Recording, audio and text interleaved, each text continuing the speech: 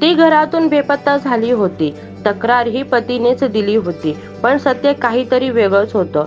3 महिन्यानंतर उघडकीस आलं की प्रियंका हिचा जीव तिने ज्याच्यावर सर्वस्व अर्पण केले त्यानेच घेतला। नेमकं काय घडलं पाहण्याआधी HSN मराठी न्यूज चॅनलला सबस्क्राईब करायला विसरू नका, जेणेकरून अशा महत्त्वाचे अपडेट्स तुम्हाला मिळत राहतील।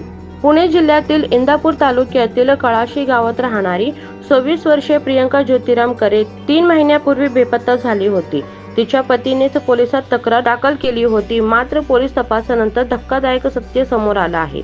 प्रियंका हिच्या वागणुकीवर संशय घेऊन पती ज्योतिराम करे आणि त्याच्या मित्राने संगनमताने तिची हत्या केली। त्यांनी तिचा गळा दाबून जीव घेतला आणि मृतदेह नाशिक जिल्ह्यातील डेकुगाव येथील परधाडी घाटात निर्जन स्थळी फेकून दिला।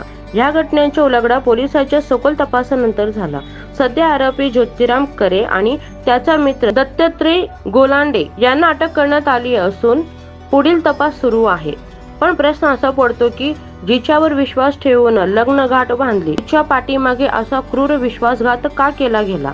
तुमचं मत काय आहे? प्रेम आणि संशय यांच्यात एवढं अंतर असावं का? कमेंटद्वारे नक्की कळवा।